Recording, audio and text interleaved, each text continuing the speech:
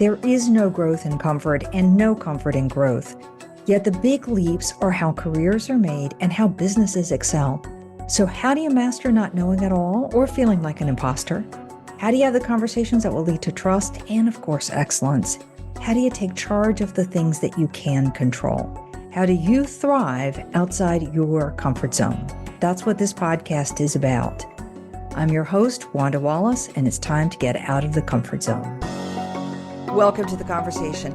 I believe that getting out of your comfort zone is really, truly, ultimately about recognizing that what got you to this point in your career, your expertise, your perfectionism, your knowledge, your execution capability, among many others, is not necessarily what is really going to take you to the next step.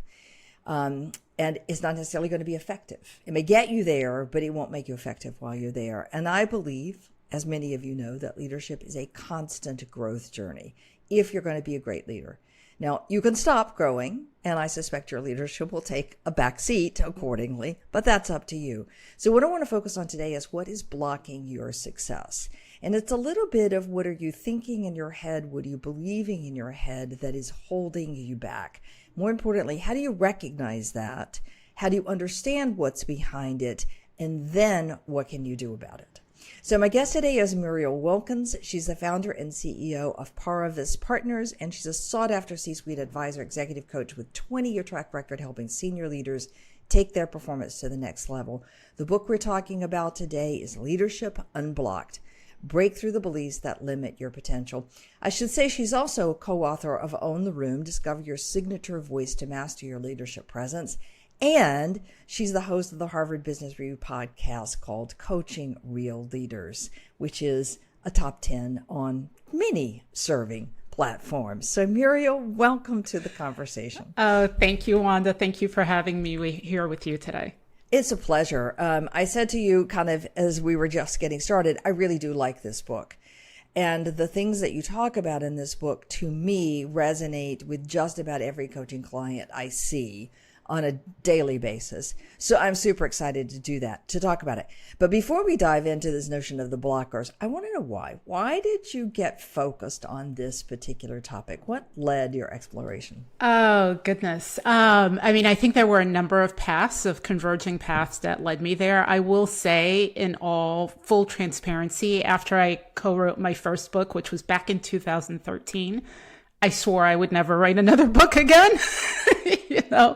and, the idea lands in your head and then goes down to your heart and it doesn't let you go. And this was one. And for me, I think what led me to it, as I said, was a convergence of paths. One is I recognized that with a lot of my coaching clients, we were very much focused on their behaviors and their actions and their skills and strategies. And what I realized was that for many of them, not all of them, but for many of them, even though we would put those actions into place, they were not sustainable.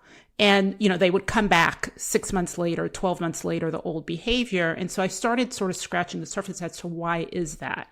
And the idea is what birthed this book. I think in a parallel path, I was going through my own growth and recognizing that there were some things that were blocking me in my development and my growth, not only as a leader, but quite frankly, as a human being. And when I looked at my clients and I looked at myself, there was sort of this aha moment of, oh my goodness, both roads led to the same thing, is that we weren't truly looking at what under the hood, which is the beliefs that might be holding us back from really having the greatest impact that we could have. Yeah, it's you make an interesting point in the book, both in telling your own story and the discovery of this. So I highly recommend that one. It's a great story. But you make an important point about how rapidly we jump to action. Yeah. So most leaders are in that position because they're quick to make a decision, quick to move to action, quick to execute, move. I mean, like it's go, go, go, go, go, pretty much all day long. And you say no. So explain why no.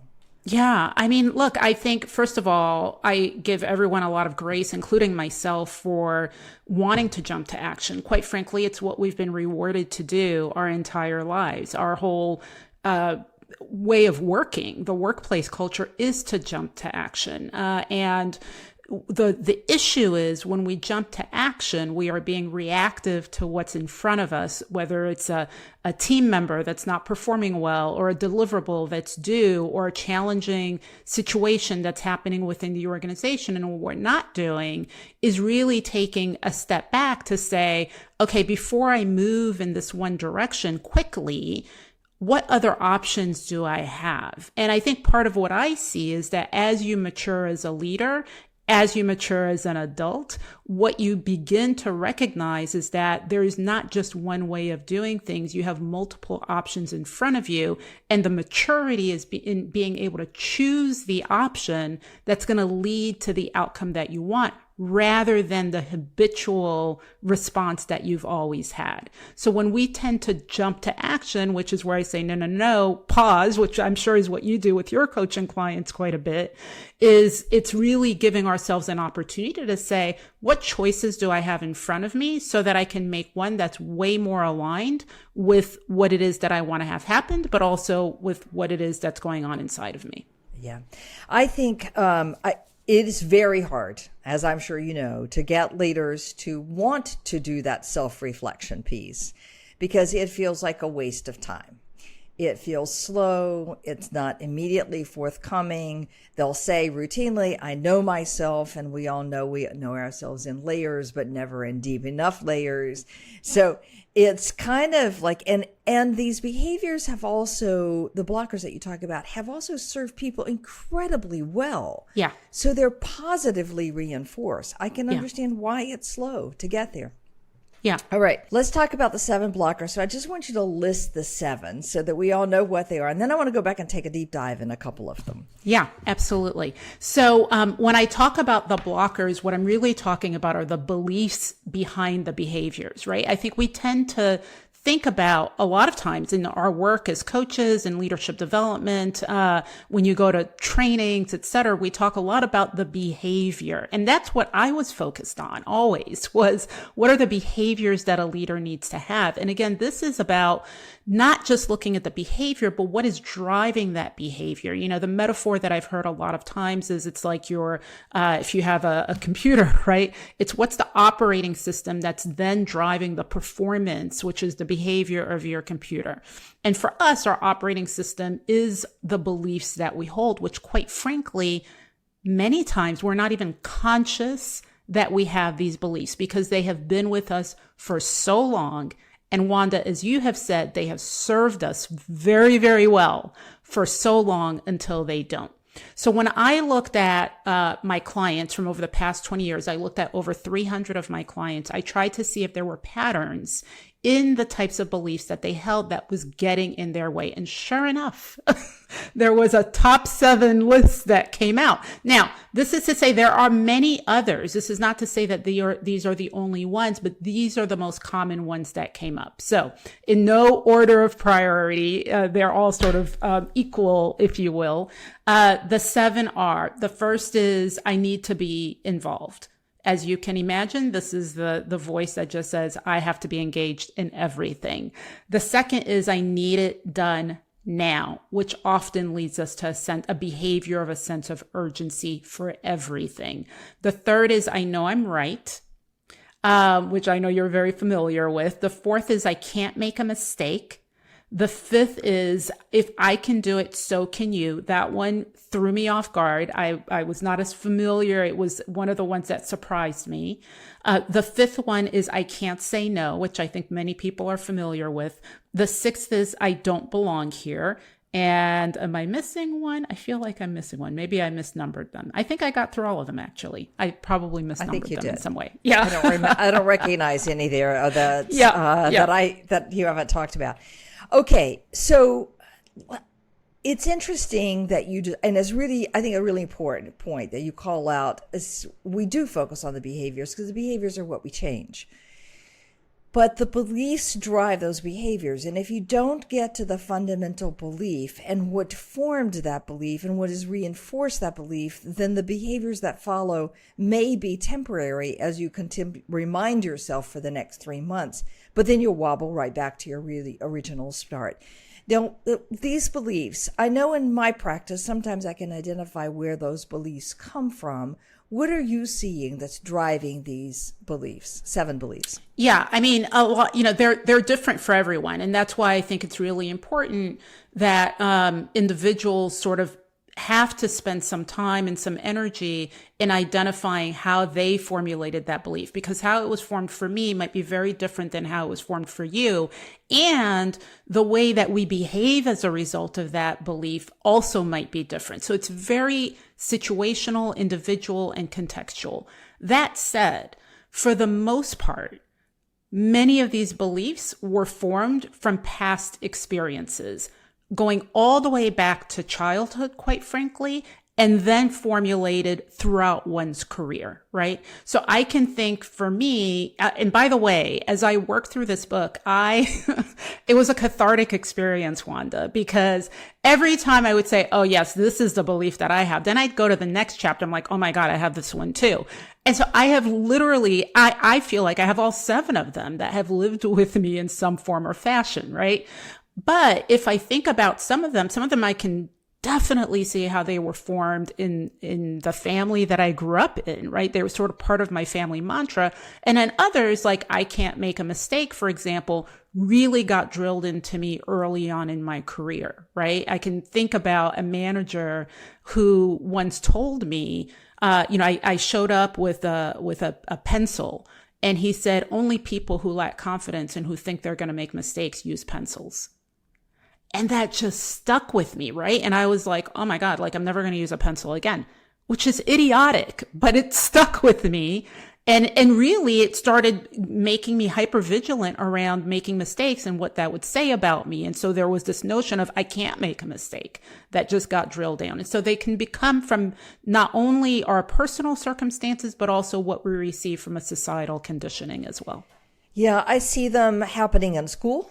The ways in which we Absolutely. reinforce behavior in school. I see them happening from managers we dislike, who we say, I'm never going to do that, or they drilled in a behavior that becomes a limiter for us. I also see them coming from managers, leaders, coaches, teachers that we admire, who had a particular quality, and they keep coming up. Okay, I want to drill into one of them. Mm-hmm. All right, my favorite one on the top of the list is this notion of I need to be involved. Okay, now I can say I need to be involved in a really negative way, as I need to be involved in absolutely everything and nobody can make a decision without me. And we would all go, oh, no, that's not me. But I can also say I need to be involved because if I'm not involved, things won't happen at the speed, at the pace, with the accuracy. I won't be aware. Somebody will ask me a question that I can't answer, and a host of other justifications for I need to be involved. So walk us through. You maybe won't do this as a story, but how does this happen, and what's the underlying message behind it? What's the belief behind it? Behind it? So I will, self-divulge, like the I need to be involved was the one that when I first started writing this, I'm like, oh yeah, this is all me, right? And I understand for myself, and I'm not, afraid about sharing around where that came from for me, right? Which I'll share in a little bit. But I think in general, as you put it, the intent behind it is almost never negative, right? Like one actually thinks they're being helpful. And I think that's where there's a difference that happens around how this serves you as you move through your career. So as an individual contributor, for example, early on, fresh out of college, my need to be involved was actually critical, right? My boss wanted me to be involved in everything, right?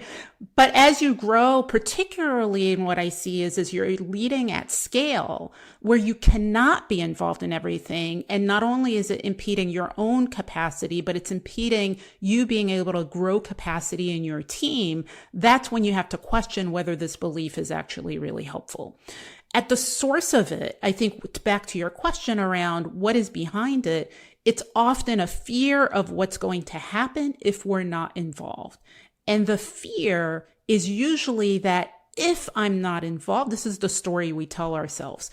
If I'm not involved, something disastrous is going to happen and I won't be able to handle if that happens. Therefore, I'm going to preempt it by being involved. Okay. Now, is that an issue? Yes, of course that could happen, but do you have to apply that in every given situation? Absolutely not. And that's when we get in trouble. I know that's where I've gotten in trouble with it, in terms of that belief being there. I remember a very senior leader I worked with in a highly technical area, and he was super, super, super, super smart. So we're talking somebody who's reporting to the CEO. And basically, he was very crystal clear. High technical area, deep knowledge. There are 3 issues that are happening in this coming year, probably in 2 years, that I have to be all over because they're too critical for the long-term path, a whole bunch of other reasons. I've got to be involved in those 3. Yeah. The other 20, 30, 50 that are happening, I've assembled a team that is close enough. Like, they won't get it perfect. It's all right. They'll get it 90%, 80%, 85%. They'll get better at it, but those issues won't sink me. These 3 issues will sink me. That clarity between where I really must be involved for legitimate business strategy reasons versus the rest is something I find very few people practice. Yeah. And that's the reframing of the belief, right? That simple reframing of moving from I need to be involved, period, versus I need to be involved in the things that really matter, as an example, or I need to be involved in where I add the most value, period. I need to be involved in the top 3 priorities for our organization moving forward, period. There's this filtering that then puts guardrails on your level of involvement and engagement that is simply driven by a shift in the belief or the mantra or the mindset that you bring into any given situation. And then the behavior follows, right? Because it's like, okay, well, then what are those 3 priorities? Let me go through some prioritization. But when I see people just go through prioritization, but never really change the mindset, the action and the behavior really doesn't change. It's just an exercise in futility, quite frankly. Right. Yeah, that means everything moves to the urgent box or the important box, and nothing ever gets let the team handle it. It'll be okay. And by the way, you have no capacity put on the time on the things that actually really matter. You're reminding me of Richard Medcalf's quote that I give him credit for all the time. It's like, you will never free your time until you know what you're freeing your time to do. And that's what you're saying. Where's my prioritization? All right, walk me through the process now, because you have a lovely process that you outline. How do I begin to recognize that I have this belief? I have to be involved in everything. And how do I move it forward? Yeah, absolutely. And, I want to say, Wanda, none of what I'm sharing here in terms of a framework is revolutionary, right? Like I did not originate the language around beliefs and even the process of how you move through changing beliefs. What I found is that language it's used a lot in parenting and relationships and self-work. It's rarely used in the workplace. And so that was the other part of my curiosity was like, well, why not? Like, we're human beings operating in the workplace. We bring in these beliefs and they have an impact. So how can one move through them in the workplace? And so the process that I've used with my clients, as well as on myself, is really threefold. The first step is to even recognize that you are blocked, that something is off. And this is what I call uncovering your hidden blockers, right? How do you know that that's happening? Something feels off, right? You are not meeting the goals you want to meet, or somebody else is telling you, hey, your impact is not aligning with expectations. It can be a number of different things, but something is not going according to plan, either your plan, somebody else's plan, or the contextual plan. The math is not mathing, as I will say, right? So this notion of something is off is important because you have to recognize that you have to have some motivation and some recognition that then you want something different. So the first is uncovering that something is off, and then you start being curious around, well, what is the impact that I'm having? What are the behaviors that I'm demonstrating? And as we just did, what is the belief that is driving the behavior? So you name the belief, and that's where we get to some of the 7 that I listed, or they could be others, right? Then we can move to the second step, which is unpacking the blocker. And the unpacking the blocker is that pause that we talked about beforehand. It's not moving automatically to, oh my God, something's off now, let me do something about it. It's actually saying, oh, okay, yes, I hold this belief, but why do I hold this belief? Now, why do we do this, right? Why is this important? This is not to, open up a can of worms that then sends you to therapy. And although some people might need therapy to get through it, it is so that you can recognize it in the future, so you can familiarize yourself with it, and so that you can accept it rather than resist it. The more you resist that the belief is here, the more it will keep popping itself back up. So in order to then be able to shift out of it, I tell my clients, I'm like, you got to cozy up with it. You know why? Because the next time you see it coming, you're going to be like, oh my gosh, there you are. Thank you so much for helping me all those times, but this is not one of those times. Go sit over there, right? So unpacking it is understanding it just like you would a friend, right? And then you can move on to the last piece, which is unblocking. And unblocking is where we do the magic of what we just did, which is, okay, what is the new belief that would help me in this particular situation? So as we just demonstrated before, oh, maybe I should just be involved in the things where I actually add value. If that's my new belief, now I can talk about, okay, so what actions will come out of that? What are the new behaviors that I need to put in place? And you can then start action planning and putting those in place. It's, you reminded me again how much these are beliefs that we hold deep in the core of ourselves. And as you reframe them, sort of recognize them, start to name them, get comfortable with them, understand where they come from. It's not really that you're saying that belief is wrong. It's that you're shifting that belief to the right direction. So instead of I need to be involved in everything, I need to be involved in this stuff. Or I need to be involved in different stuff, or whatever it is. It's understanding. So it's unpacking the belief, recognizing the belief, admitting to the belief, and then saying, where does it hold and where does it no longer hold? And then from there, you can create an action plan that might actually survive the 6 months coaching engagement. That's right. And I think what you just said there, Wanda, is so critical. I think we tend to not only look at beliefs, but also the behaviors as right or wrong or good or bad. And that is language that I stay away from. Because again, let's not forget at some point, those beliefs actually served you really, really well.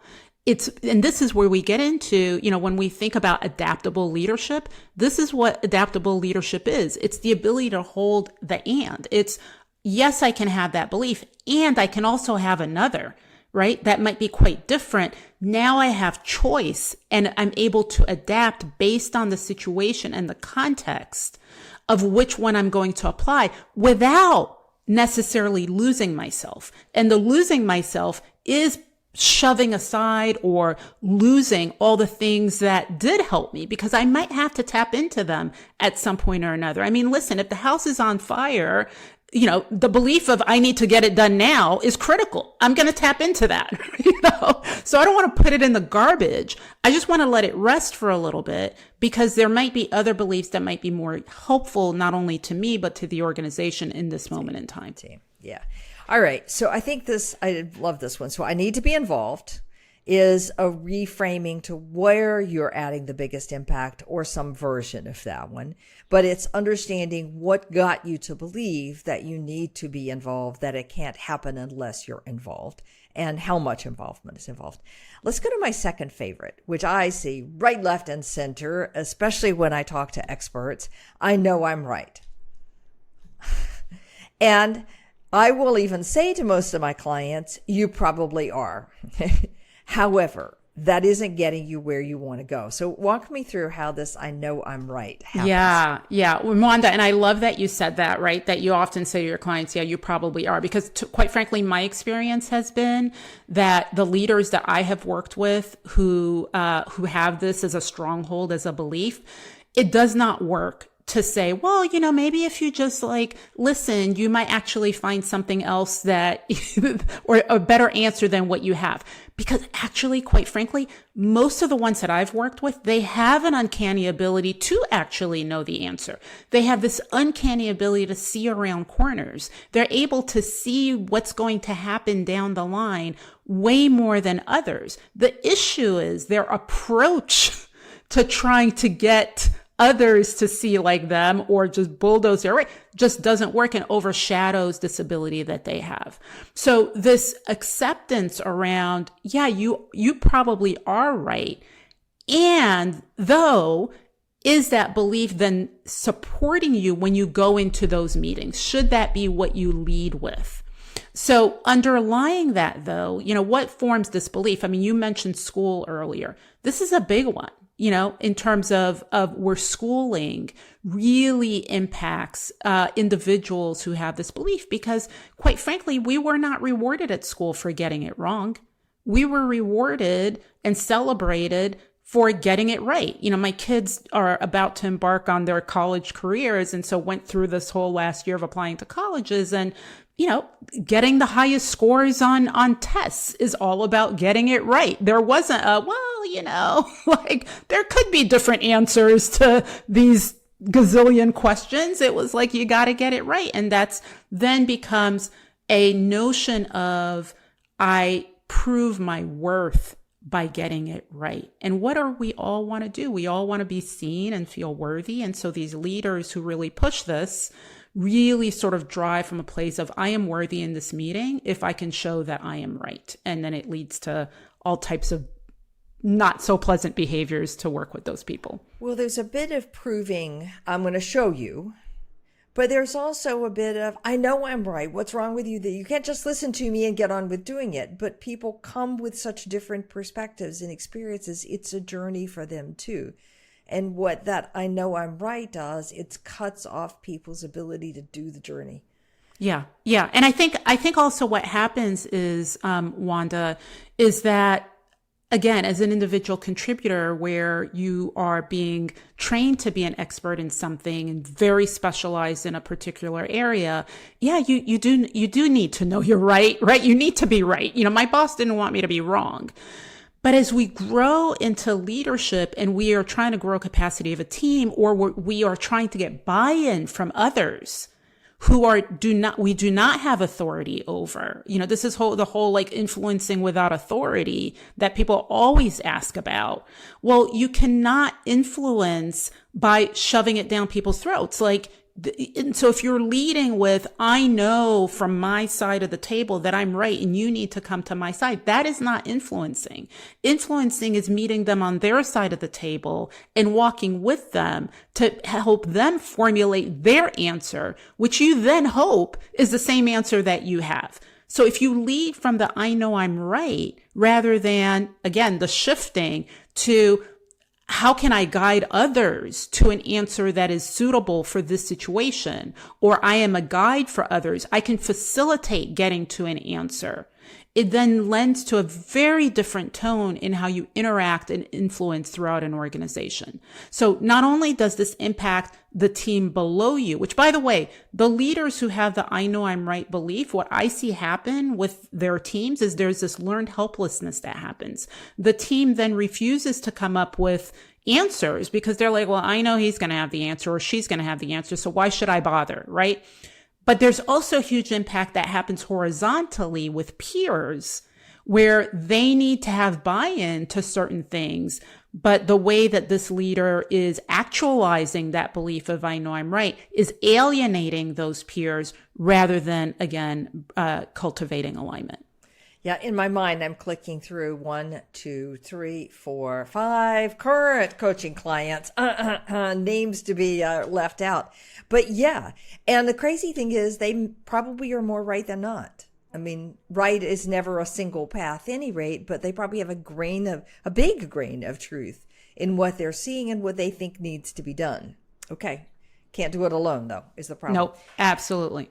All right. Do you have a favorite in this list of 7? Oh my gosh. I mean, they're all my babies now. And as I said, I've lived through all of them. I think the one that I think I mentioned before that surprised me the most, and I had to sort of really sit with it. It was probably one of the hardest ones that I had to write about, is the "if I can do it, so can you," right? And the reason why is because that's often so used as like an inspirational message. And so why is that belief an issue, or can be an issue? Because again, clearly it can have very positive impact. It can motivate others. It can inspire others. But it can also have a very negative impact, because what it does behind that is assume that the same blueprint that works for you is the blueprint that's going to work for somebody else. And in effect, what you're also assuming is that everything that has happened up to this point for you is what's happened with this other person, and therefore they should have the same results as you. Well, what does that lead to? I mean, at a very concrete level, it leads to, frustration, because you assign somebody a certain deliverable, and then they come back and you're like, oh my God, like, why? I could do this in 5 seconds. Why can't you do this in 5 seconds? It creates unrealistic expectations. And when I say unrealistic, they are expectations that are grounded in your experience rather than the other's experience. So this is where we start when we see organizations like that say, oh, I want my managers to be better coaches. Well, if they carry this belief, they're not going to be able to coach and mentor and develop in the way that you would like them to as an organization. And we send them to these, coaching, training, managers, coach, training, but never scratch the surface to say, but wait a minute, there's a belief that's actually getting in the way of you being able to now be able to have these conversations with your team, being able to. So that one was really surprising to me, because it is a belief that also has a very positive impact in terms of inspiration, but it can also be very demotivating in terms of particularly how you develop others. Yeah, I see it in many different ways, but one of the ones that I see is the belief that what motivates me is what's going to motivate you. That's right. And I see this often as I get motivated by competition, or a little bit of increased pressure, or a push, or kind of a little more aggressive kind of nudge out there. Come on, you're better than this kind of thing. And if that's what motivates me, then great. But if it's not what motivates you, it's going to undermine performance. And I watch leaders struggle with that, understanding the difference between those two. Yeah. I mean, Wanda, I think where we're seeing this a lot, quite frankly, is in managing in an intergenerational organization, right? To me, whenever, whether it's a client or quite frankly, a lot of my friends, in my peer age group who are like, oh, these young people, like they don't want to do X, Y, Z. And I'm like, underlying that is an expectation that they should operate exactly how we operated. Listen, we grew up in I grew up in an era where, if my boss said jump, it was like, how high? Why? Because I also was brought up in an era where I wasn't raised with having any agency, right? My parents were like, agency, what? There is no agency. You just do what you're told. I look at my kids, who are 18, their whole upbringing was about learning to have agency and choice and speaking up for yourself and defining what you want for your life. Well, I mean, do you really think that you can manage them in the same way that we were managed? No. But if you see that your responsibility as a leader is not to get these folks to do exactly what you did, but rather to build capacity in your organization and build the next generation of leaders so that when you're gone, they can actually lead this organization. You've got to meet them where they are. You've got to figure out, as you just said, what motivates them, what inspires them, how do their skills get developed, what skills do they actually need to be able to lead this organization in the future, rather than look at what you just did. Right. So you write this as, if I can do it, so can you. But we could also say that a variation on this theme is, if this worked for me, it'll work for you. Mm-hmm. Yeah. If I did it this way, then you can do it that way. It's that same model right after me. Okay, I want to talk about an unusual one here. I don't belong here. Because, the general sense around I don't belong here is, well, okay, then just leave. So walk us through the I don't belong here. Yeah. The I don't belong here is also often talked a lot about, that it only is for individuals who may not be in the dominant group, right? A lot of times it's applied to minorities or, gendered groups, others, if you will. And quite frankly, I have seen this certainly it applies to those audiences. Personally, as a Black woman, I have certainly felt it. But it also applies universally, right? Why? Because when you think about one of the primary human needs, right? You go back to Maslow's hierarchy.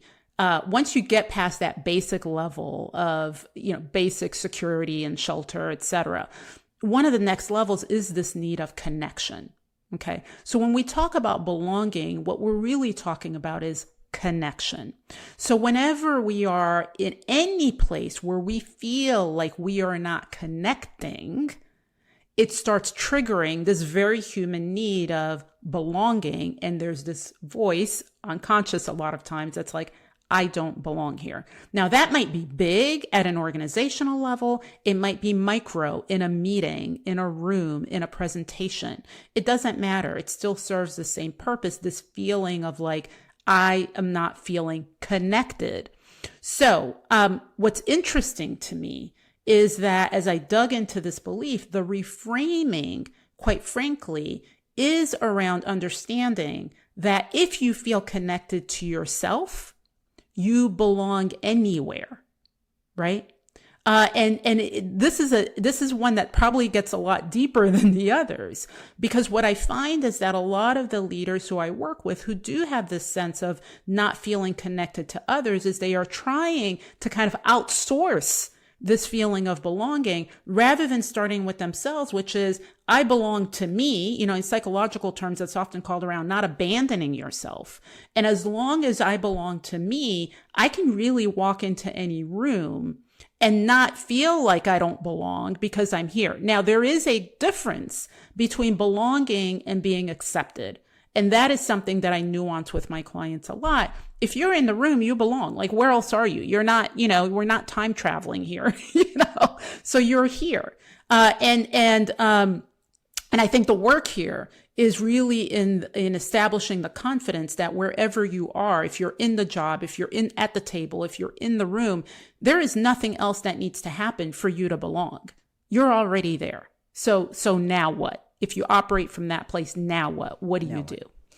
I see this, and I agree with you. Yes, there are plenty of people who feel othered and huge empathy for that sense of othering, and it isn't always the obvious candidates that feel othered. So I'll just leave that one for the moment. But I see this, I don't belong here, showing up when people get a big promotion and they feel like in some ways I don't deserve. I have to prove I'm not good enough to be at this level. And that sense of I don't belong at this level really drives behaviors that undermine their effectiveness at that level. As opposed to say, I'm at this level, I have things to learn, I'm at the beginning stages, okay, good, but I belong here. This is the right place for me. That's right. And that becomes more and more critical the more senior you become, or as I say, the more you adult, right? Something that, and by the way, Wanda, like a lot of what we're talking about, it mirrors adult development, right? So one of the things and this is why I bring up my kids a lot. One of the things that, my kids really did not like that we did growing up with them is whenever they'd come home with their report card, we wouldn't look at it. And we would just ask them, well, how do you think you did? How do you think you did? Because what we wanted to cultivate is, as long as you connect with your own validation, yes, validation from others is important, but it's not necessary for you to be grounded in where you are. And it's not to say you always have to cheer yourself. They're like, oh, I did great. No, we wanted them to also be able to say, yeah, like I didn't do as great as I thought I should have, right? And so how does that translate into adulthood, right? Into leadership? As you just said, you step into that new role. What I often see happens is, in fact, I'm working with somebody right now, big role.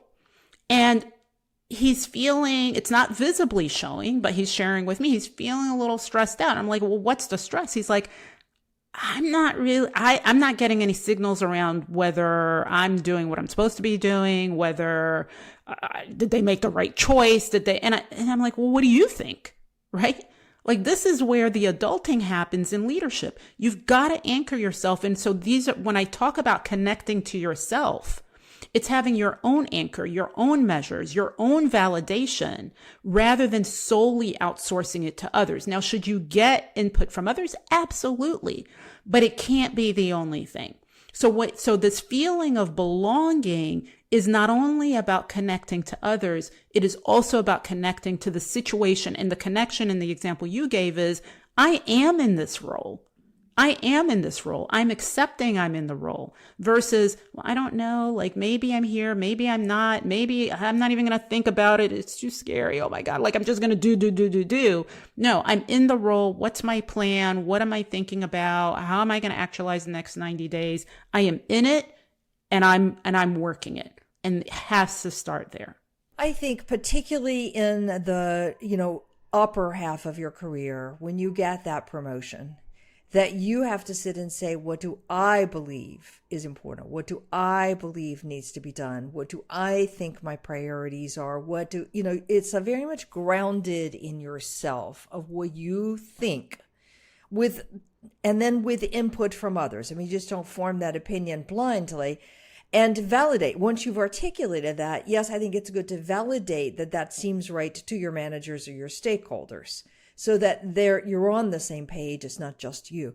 But it starts with you. It starts with you recognizing your connection to yourself, to your own experience. That's what got you here. That's right. And I mean, Wanda, you just hit the nail on the head. Like, if there's one theme I would want folks to take away from our conversation and from all that we've been talking about, is it starts with you, right?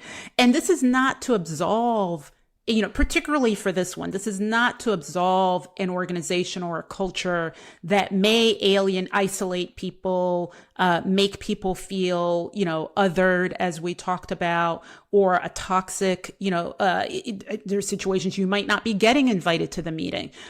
But just because you didn't get invited to the meeting doesn't mean you don't belong in the meeting. So the question becomes, so you have to start with I do belong in that meeting. Okay, so then what? How do you actualize that? And one of the things, beyond knowing what's important to you, that I think leaders sometimes have to grow into the ability to do when they really hone in I do belong here, is, okay, if I belong here, then what do I need? What do I need to be successful here? Right? And then, because again, many people talk about I need to be set up for success. Okay, well, but if you don't feel like you belong here, how can you even talk about how to be successful here? Right? And so being able to articulate those needs has to start first from a place of yep, I'm here, I'm doing this. Now what? Right. All right, Muriel, we could talk for forever, no doubt. I just want to hit the 7. I'm going to get them in a different order than in the book, but I need to be involved. I know I'm right. I can't say no. I need it now. We haven't talked about that one. I can't make a mistake. If I can do it, so can you, and I don't belong here. Powerful beliefs that I see in my coaching practice and my training practice every week without fail. I see those, maybe some others, but those are the big ones, as you say. And the whole point that you're getting at, and that we've spent time on, is focusing on what is the belief. Listen, when you get that 360 report and you don't like the results, bet you that one of these beliefs is what's driving you, and you're saying, well, they just don't understand. So I'd encourage you to pause. What are the beliefs? What's that really about? Where did it come from? Kind of do a little deeper analysis on the belief itself. Then I want to reframe the belief to something that's more constructive. I do belong here, so now what? Or here, I need to be involved in these things, but in not everything. So reframe. And then from the reframing, the action plan actually becomes fairly straightforward. That's right. That's right. And that's where, again, the action plan can look different from people to person to person. It's interesting to me. One of the big learnings for me in work, going through this work, when you asked at the beginning of the conversation, why did you write this? It's like I realized you cannot just cut and paste the same action plan from one person to the other because the belief might be different, right? But when you are able to look at the beliefs, you realize, wow, there's a whole menu of actions I can take now versus the same one that I used to. I love it. All right. My guest today, Muriel Wilkins. Boy, I can't even speak. Leadership Unblocked. Break through the beliefs that limit your potential. Muriel, if people want to find you, where should they go? Absolutely. So I'm always available on my website, murielwilkins.com. That's where you will find everything about me. I'm on LinkedIn at Muriel Wilkins and on Instagram at Coach Muriel Wilkins. Perfect. What a great conversation. Love the book. Highly recommend it. So thank you for being a guest. Thank you so much, Wanda. This was a pleasure. Thank you. And join us next week for another episode in Getting Out of Your Comfort Zone. And please do check out our new website, outofthecomfortzone.com, and our new YouTube channel at Out of the Comfort Pod. There's also a brand new Instagram channel dedicated to the podcast at Out of the Comfort Pod as well. And we'll see you next week. Thank you for joining us today. Tune in for another edition next week with Dr. Wanda Wallace on the Voice America Business Channel. Reach outside your comfort zone this week.